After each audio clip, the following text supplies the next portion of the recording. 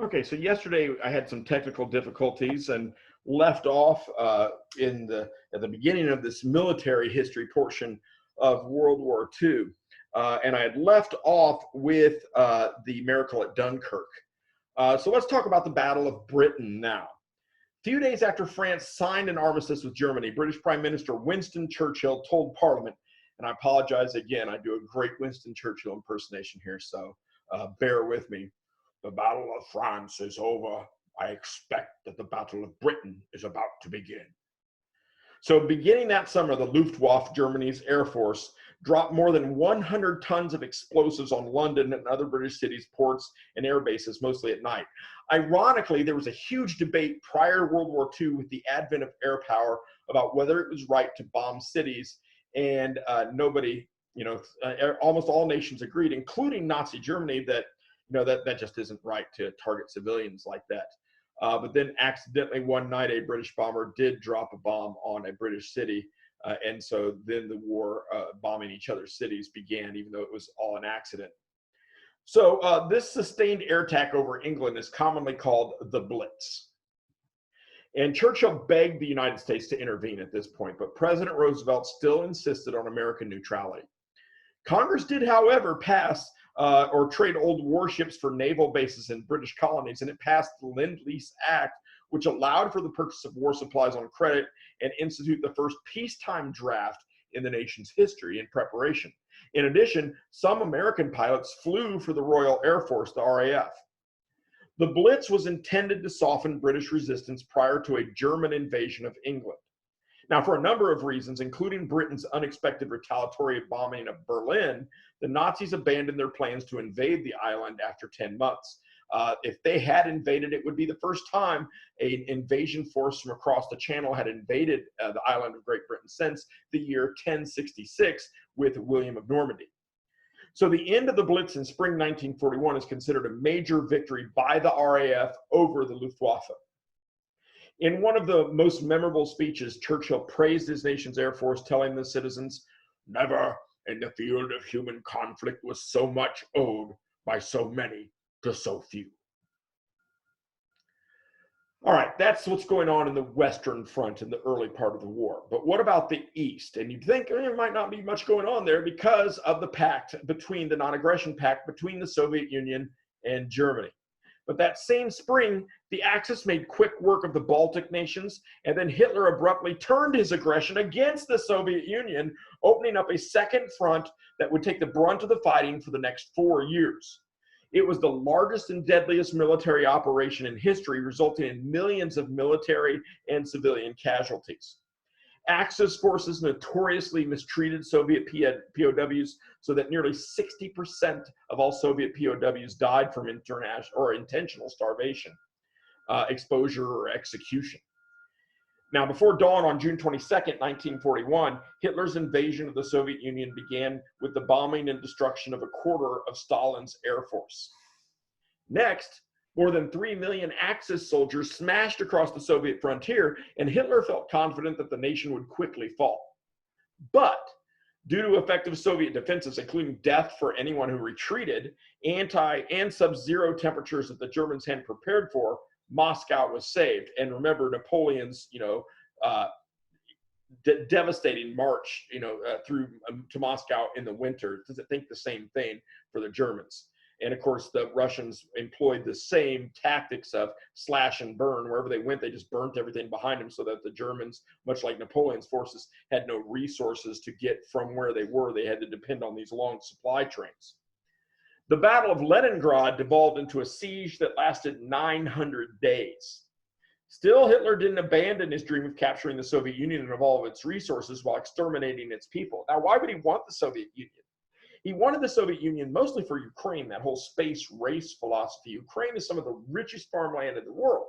And he had to control the entire Soviet Union just to control this one region, basically. So Stalin resorted to a scorched earth policy, like I said, in which his troops retreated and intentionally destroyed the land around them, luring the German army deeper into their territory with longer supply lines, much greater vulnerability. The Battle of Stalingrad, the biggest, bloodiest conflict on the Eastern Front, is widely considered the turning point, and by early 1943, the Nazis were in retreat. Germany was also playing defense on the Western Front. The Axis had occupied North Africa early in the war, but Britain managed to defend Egypt in the Battle of El Alamein. And this kept the Suez Canal and oil fields out of Nazi hands, as well as the shipping route from India, which England depended very heavily on. And not just for natural resources at this point. A lot of troops are coming from British colonies.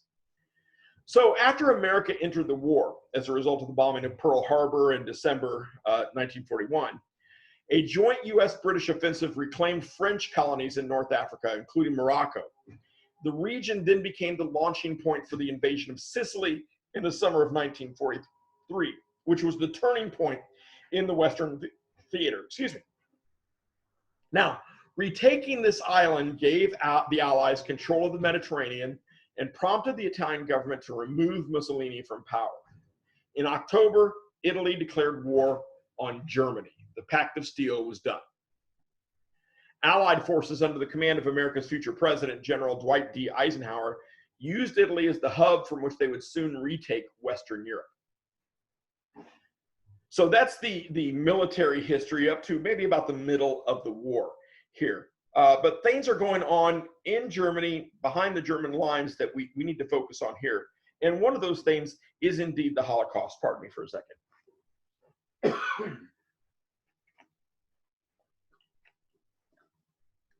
So the term Holocaust typically refers to the persecution and mass murder of as many as 11 million people by the Nazis or German fascists between 1933 and 1945.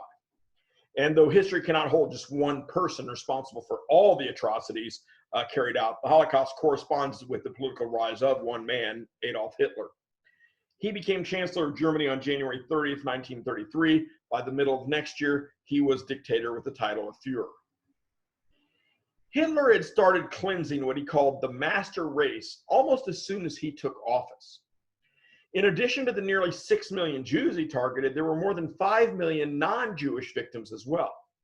The Nazi regime tried to eliminate anyone who might pose a political threat, including communists, journalists, various Christians who opposed Hitler, those who would dilute the Aryan gene pool, such as Romani, Jews, blacks, the handicapped, criminals, others who drained the economic system, in addition to people they just didn't like, such as homosexuals. So depending on the offense, victims might find themselves subject to heavy labor, forced abortions, and sterilization. They were very likely to have their assets stolen and then be imprisoned in a concentration camp anywhere in the Third German Empire or Reich, where they were often executed or worked to death. The exact number of camps varies depending on the definition, but there were dozens of main camps with many subunits serving different functions, and current estimates total about 20,000 camps during this time period. But since at least the end of World War I, Hitler had specifically blamed Jews for his nation's problems. Anti-Semitism wasn't a new phenomenon in Europe, but the Nazis ramped up the prejudice to a murderous level.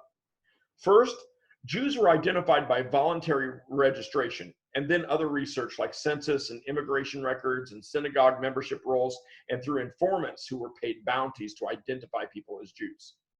Then, beginning in 1933, a series of increasingly strict laws stripped away Jewish rights, including land ownership. And they were barred from many professions like law, medicine, journalism, and the military. By 1935, they had lost their citizenship, and even more personal business and property restrictions and regulations were enacted in the coming years. But the Night of Broken Glass, or Kristallnacht, in November 1938 marked a turning point in Jewish persecution. As retribution for the murder of a German embassy employee in Paris by a German-born Jewish student, more than 9,000 Jewish-owned businesses, homes, and synagogues were destroyed or vandalized. As many as 91 Jewish men were murdered, and upwards of 30,000 were arrested and sent to concentration camps. Within days, the German government eliminated Jews from the economy. Most remaining Jewish-owned property was seized, and Jewish children were expelled from public schools. To add insult to injury, the Jewish community as a whole was fined 1 billion marks to pay for the damage of Kristallnacht. So they had to pay for the destruction pretty much of their own property. From what? Now, after invading Poland in 1939, Hitler started separating the undesirable citizens from the rest of the population. Hundreds of thousands of Jews were relocated into ghettos near railroad lines, and within months, Polish Jews became slaves and had to wear a white Star of David on their arms. Eventually, Jews throughout the Reich were required to wear the recognizable yellow Star of David on their chests. But as the Nazis conquered more and more territory, they encountered more and more of what they called subhumans, including Allied POWs who fit their descriptions, such as African Americans. Germany began deporting Jews to concentration camps, and those who were allowed to remain at home for the time being became slave labor in the war industries. In newly occupied lands, the easiest solution for the Nazis was to simply kill as many Jews as possible on the spot, or pay locals to do it for them, but many others were also just sent to camps. Meanwhile, Hitler's allies started their own cleansing programs. And by the summer of 1941, the Fuhrer ordered the systematic extermination of all Jewish people in Europe. And this was called the Final Solution. This genocide program began at Auschwitz, but ultimately included 6 death camps, all in Poland, specially equipped for mass murder. European Jews plus some other undesirables were typically deported by freight and cattle cars, packed shoulder to shoulder for days without room to sit, without protection from weather, and without food, water, or bathroom facilities. And those who survived the train ride were separated upon arrival. And if you had the opportunity, she passed away last year, obviously, but if you ever had the opportunity to hear Eva Kor in Terre Haute at the Holocaust Museum speak, she actually was on one of these cattle cars during that trip. Useful prisoners were tattooed with a number, stripped of their clothes and belongings, shaved and hosed down, and Eva Kor would even show you the number she was tattooed with. They were often allowed to live as long as they were productive workers for the German war machine. Those who weren't useful enough were killed immediately, including almost all children and the elderly. A number of execution methods were tested, but by January of 1942, Zyklon B gas became the preferred method. The earliest victims were burned in mass graves, but cremation soon became the only sustainable option to keep up with the number of dead. There are only a few known cases of resistance or rebellion in the camps or even the ghettos, and the Nazis suppressed all uprisings successfully. However, a few individuals did manage to escape to safety. Besides being starved, terrorized, brutalized, and worked to death, Nazi doctors viewed the masses of defenseless prisoners as lab rats, perfect for carrying out human trials on a variety of medical experiments beginning in 1942. And that's why Eva Kor and her sister were allowed to live. They were twins, so one could be a control and one could be an experiment, and Eva turned out to be the experiment. So most of these cases fell into 3 categories. Some doctors worked to increase the survival rate of soldiers at the front. For example, they deliberately infected and then tested various treatments for diseases, poisons, frostbite, hypothermia, and battle wounds, including amputations and transplants. Other doctors explored the most efficient ways to exterminate all the subhumans, such as sterilization and execution techniques. And finally, some doctors tried to benefit the Aryan race, including artificial insemination and infamous experimentation on twin children, Eva Kor, looking for ways to predictably breed multiple perfect specimens of the master race. And though twins had some of the best living conditions in Auschwitz, nearly all of them were killed when the tests were finished. And best living conditions is kind of a subjective term. If you listen to Eva Kor's description of her living conditions, they may have been the best at Auschwitz, but it surely makes you think about, okay, what was everybody else living in if that's the best? There was other research too. One lab successfully developed a method for making soap from human fat, while one failed to change eye color and another failed to make seawater safe to drink. So over the next 2 years, the death camps were continually expanded, but following D-Day, the Allied invasion of northern France on June 6, 1944, the camps increased the executions to a record daily high of 9,000 at Auschwitz, faster than they could dispose of the bodies. Then, after the Soviet army liberated the first camp in July, the Nazis started eliminating as much evidence as possible, destroying camps and moving the prisoners as the Allies closed in. By the time Auschwitz was discovered in January 1945, up to 2 million people had been murdered there. The first camp to be liberated by American troops was Buchenwald in April 1945. Later that month, on April 30th, 1945, Adolf Hitler committed suicide. Germany surrendered a week later. The war in Europe and the Holocaust was finally over. Now, that makes it over somewhat for us, but it does not make it over in the military. And so we're going to look a little bit at the military history of that now. Hopefully get through a lot of that today.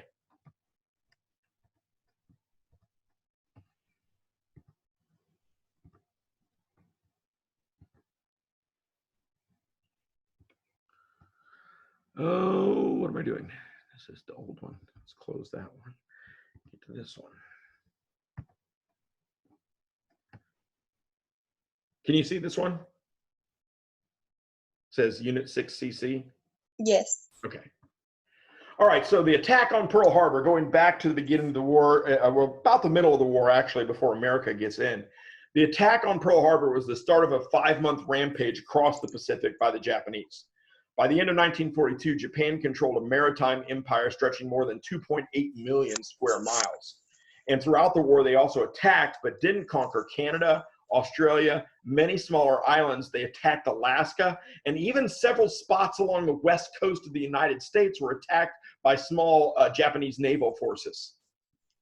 It's ironic because one of the big arguments in the Second Amendment today is a quote by a Japanese admiral. Why didn't you have a large-scale invasion of the west coast of the United States? And his reasoning was because every farmer and person in the United States owns a gun, and that would be a massive army that we couldn't, there'd be no way we could match.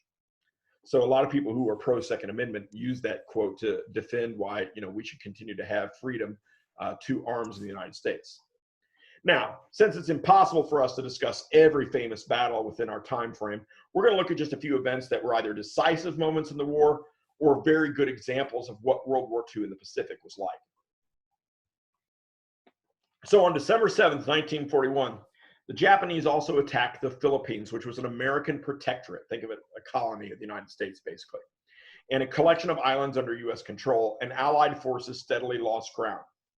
3 months later, General Douglas MacArthur, who was the commander of the United States Army in the Far East, and his headquarters was in the Philippines. He was actually born in the Philippines. His father, who was also a Congressional Medal of Honor winner, an officer from the American Civil War, was the military governor of the Philippines for a long time, and he was born there. So, but he had to abandon the Philippines and its people, whom he felt very close to.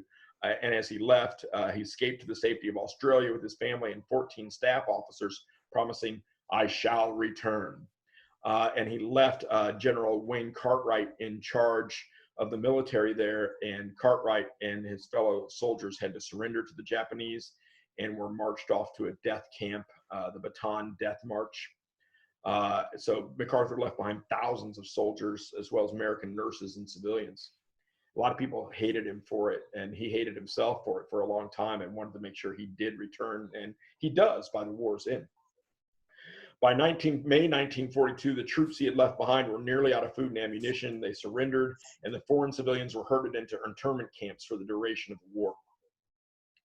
For 3 years, only small guerrilla units were left to fight back. The gateway to Asia, which is what the Philippines are known of because of its strategic location in the Pacific Ocean, you pretty much have to go through the Philippines to get anywhere, either east or west, to Asia in the Pacific Ocean.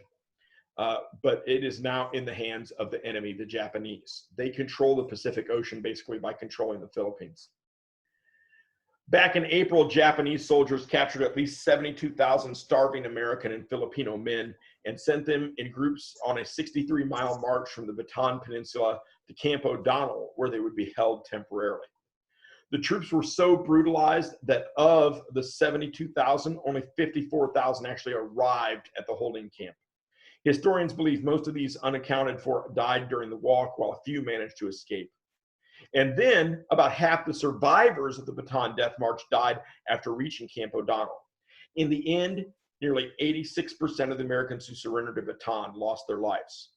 General Cartwright survived, but when MacArthur returns and finds him, he's a stick. I mean, I think he weighed like 90 pounds, from a large 6-foot robust man to 90-pound stick figure, basically. Throughout the Pacific, roughly 40% of American POWs died in Japanese custody from exhaustion, malnutrition, exposure, torture, disease, and execution. Some were even killed in medical experiments. Now, by comparison, just over 1% of American prisoners died at the hands of the Nazis. Most POWs, including women, were transported to Japan on intentionally unmarked ships, leading to more than 21,000 American casualties from Allied torpedoes. Those who did reach Japan were generally used as slave labor in Japan's war industry or railroad construction. A few prisoners died in the atomic blast that ended the war in 1945, actually. The railroad construction, there's a great movie Uh, oh God, what is the name of that movie? Has Sir Alec Guinness, Obi-Wan Kenobi. I can Bridge on the River Kwai.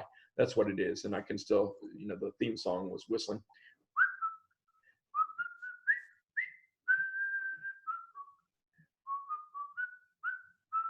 You probably heard that before. Yeah. So for a year, the United States reacted to events in the Pacific without a coordinated strategy. In April 1942, they devised a plan to launch bombers off an aircraft carrier, strike Tokyo, and then proceed to an unoccupied part of China. But the bombers, led by Lieutenant Colonel Jimmy Doolittle, didn't have enough fuel to reach their planned airstrip after the attack. They flew until they ran out of fuel, and the crews just ditched them. And despite the loss of 7 men and all 16 planes, the Doolittle raid was at once a psychological boost for the Americans because we had hit the main Japanese island, and a tremendous blow to the Japanese, who thought with their navy, they were safe. No one would ever hit the Japanese home islands.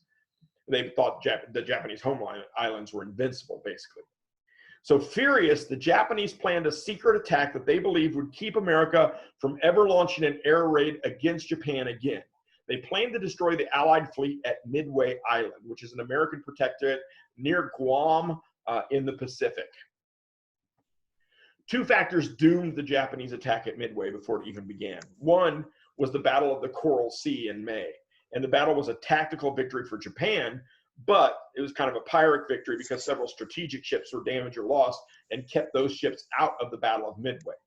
Secondly, the Japanese were unaware that the Americans had cracked their coded messages. So on June 1942, Allied forces ambushed the Japanese fleet, sinking 4 aircraft carriers, a cruiser, and 2 destroyers. And there's a great movie about that called Midway. There's a new version of it too. I haven't seen it yet. I'm referring to like the 1970s version of Midway. Other ships were damaged, though one American carrier was also lost. Japan no longer had naval supremacy. The Battle of Midway is widely considered the turning point of the war in the Pacific, halting the Japanese advance towards Australia and sending them into retreat. America and its allies then started a campaign tactically referred to as island hopping, where they went basically from island to island. The Marines and the Army would, get on the island, secure it, and continue to push the Japanese lines further and further back towards Japan. So choosing strategic Japanese positions to attack as they move closer and closer to Japan. The battles over tiny outposts in the middle of a vast ocean were surprisingly fierce, as invading forces struggled against deeply entrenched Japanese defenses. But the Allies had gained the upper hand and were on the offensive. And by the summer of 1944, the successful invasion of Saipan put American bombers within range of Japan. And it was here that the Allies fully grasped the Japanese concept of death before surrender. Nearly 97% of their troops fought to the death, and as many as 1,000 civilians committed suicide rather than face an unknown fate at the hand of U.S. soldiers. And you could probably tell from this, Japan's situation is quickly unraveling. One has to think from the Battle of Saipan, very near Japan, that these people are going to do anything they can. It's only going to get worse when we get to the homeland. How many American and Allied lives are going to be lost as a result of this almost maniacal mindset of the Japanese to defend their home? Allied forces retook possessions throughout the Pacific, and General MacArthur finally returned to reconquer the Philippines in late 1944. The Japanese military initiated desperate strategies by this time to resist an Allied invasion. Undertrained pilots, they just didn't have the time or the manpower to train people effectively to be pilots, so they basically taught them to fly and not to land, and death before dishonor. You just ran your plane into a ship and hope you caused massive damage, and these are called kamikaze attacks. Kamikaze is a Japanese word, means divine wind. They deliberately crashed their planes into Allied ships. They also dramatically increased the lesser-known strategy of launching balloon bombs destined for the United States, and one of them actually killed 6 people in Oregon. Only six casualties on the continental United States in wartime since the Civil War. In early 1945, the U.S. military planned an invasion of 2 key Japanese possessions, Iwo Jima and Okinawa, followed by a 2-part invasion of Japan itself. So Iwo Jima and Okinawa are only about 250 nautical miles from Japan. They're the closest islands to the home island. So it's kind of the last step. So the fighting was intense. The Japanese fiercely defended Iwo Jima, just 350 miles from their home shores. A third of all U.S. Marine casualties in the entire war were at Iwo Jima. At Okinawa, a rain of kamikaze attacks inflicted nearly 50,000 American casualties. And in both places, Japanese troops refused to surrender, fighting nearly to the last man. Meanwhile, in the United States, President Franklin D. Roosevelt died, and Harry Truman, his vice president, became president. And while he deliberated the planned invasion of Japan and contemplated the loss of life that Americans would have to suffer, President Truman learned about the Manhattan Project, a project that had been kept severely top secret. So even as vice president, he didn't share in this and wasn't able to talk and philosophize about the consequences of it. So the Manhattan Project was a secret program to develop a powerful new weapon, the atomic bomb. So that's what's going on in the Pacific as we get near the end of the war. But what about in Europe? For the first 3 years of World War II, the Axis powers prevailed. Japan advanced throughout the Pacific, Germany blazed across Europe, and Italy fought for North Africa with Germany's help. But by 1942, the tide was beginning to turn. Adolf Hitler, Germany's leader, focused his attention on an invasion of the Soviet Union, and despite a rapid initial advance, the invasion slowed to a crawl in 1942, and by that winter, after the Battle of Stalingrad, the Nazis were in retreat. Meanwhile, American forces in the Pacific had Japan on the run after the Battle of Midway in 1942, and British forces defended Egypt in the Battle of El Alamein. American troops' first action in the West was Operation Torch, helping to reclaim French colonies in North Africa. And so the Third Army landed in North Africa under the command of General Patton and freed them from the Germans. Next, the joint forces invaded Sicily in the summer of 1943. They crept up the Italian peninsula, building airfields from which they launched bombing raids throughout Nazi territory. Italy overthrew its fascist dictator Benito Mussolini and declared war on Germany, its former ally, in 1943. And this forced Hitler to divert troops and resources from the Soviet front to defend the Italian peninsula. Yet, in the face of stiff Nazi resistance, the Allied leaders agreed it was time to retake Europe. And while most American forces withdrew from Italy in preparation, the remaining troops liberated Rome on June 4th, 1944. 2 days later, the Allies launched Operation Overlord, the invasion of Nazi-occupied Western Europe. In the weeks prior, the French resistance had sabotaged communication and transportation networks supporting the region. Then, shortly after midnight on June 6, 1944, as many as 24,000 Allied paratroopers dropped behind German lines in northern France with the goal of weakening their defenses. And for a variety of reasons, including scattered landings and fatal mishaps, the paratroopers were not as effective as planned. And if you are interested in that, you may have already seen it actually because it was pretty popular a few years ago. There's a great miniseries on HBO called Band of Brothers that talks about Easy Company of the 101st Airborne 501st Parachute Regiment that does a great job explaining these drops in Operation Overlord. Before dawn, though, on June 6, thousands of ships unloaded amphibious landing craft, which spent up to an hour in the storm-tossed sea, headed for 5 different beaches: Utah, Omaha, Juneau, Gold, and Sword. And just after 6 a.m., heavy air support dropped 13,000 bombs. But their caution to avoid the Allied landing aircraft meant that almost none of the beach defenses were hit. And so they were going to face stiff German resistance on the beaches where they were landing. A naval bombardment for the same reason likewise did minimal damage. But promptly at 6:30 a.m., the landing craft rallied and stormed the beaches of Normandy in an action known as D-Day. Most of the American troops were headed for the beaches codenamed Omaha and Utah. And as soon as the ramps dropped, German machine guns opened fire. Some men who made it off the boats alive were shot in the water, others drowned, weighed down by equipment. The landing craft crushed some men who slipped under the ramp while disembarking, and those who made it to the shore faced heavy fire on the open beach, some of them having lost their guns or ammunition to the waves. My father-in-law is in his 90s. He was a much older gentleman when he gave birth to my wife. And he actually lost a brother at D-Day. His brother was actually a pilot. But so my kids have an uncle who died on D-Day. So many of their weapons didn't fire after being drenched in sand and salt water, nor did their radios work. Officers had been among the first off the boats, and they were the first to die. So without leadership, without communication, you have people just running for cover basically on these beaches. There were 3,000 American casualties on Omaha Beach alone that morning.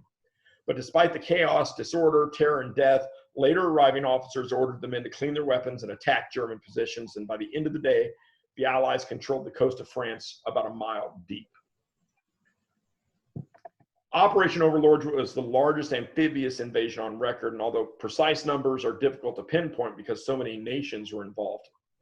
On D-Day, 11,000 or more Allied aircraft dropped bombs and paratroopers, targeted Nazi troops moving to the front line, kept every German airplane away from the beaches until dark, and stopped every enemy U-boat that approached the English Channel. By D-Day +5, up to 7,000 vessels had participated, and before it was over, nearly 2 million men had taken part in the invasion effort. The fact that such a massive operation was pulled off in secret is practically a miracle in itself. Hitler did expect an invasion, but counterintelligence, decoy operations, and false radio traffic ensured that he did not know the date or location. He thought it was going to come towards Calais, much further north. Notorious General George Patton, who had commanded the invasion of Sicily, but later because he slapped a soldier who was, crying about how bad he felt being on the front lines. People, you shouldn't be slapping soldiers. And so he was kind of disgraced, but the Germans were like, so what? He slapped a soldier, big deal. We do that all the time here. So the Americans must just be plain. He's a great military commander. They're putting him in command somewhere. And so they set up Patton in charge of this fictional army of like inflatable tanks and stuff.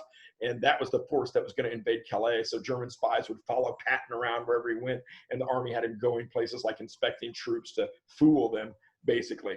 So he was the commander of an enormous ghost army, completely fabricated by artists, threatening a different location. The bad weather on June 6th also played a part in convincing Nazi leaders for hours that D-Day was not the real thing. Coordination among the Allies remained paramount in the weeks to come.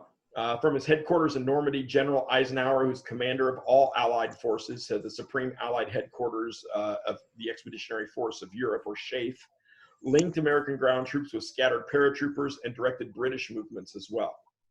The Germans were defeated in one bloody battle after another until Paris was liberated on August 25th, 1944 by that same General Patton, who was finally given a command again because you can't keep your best general off the battlefield.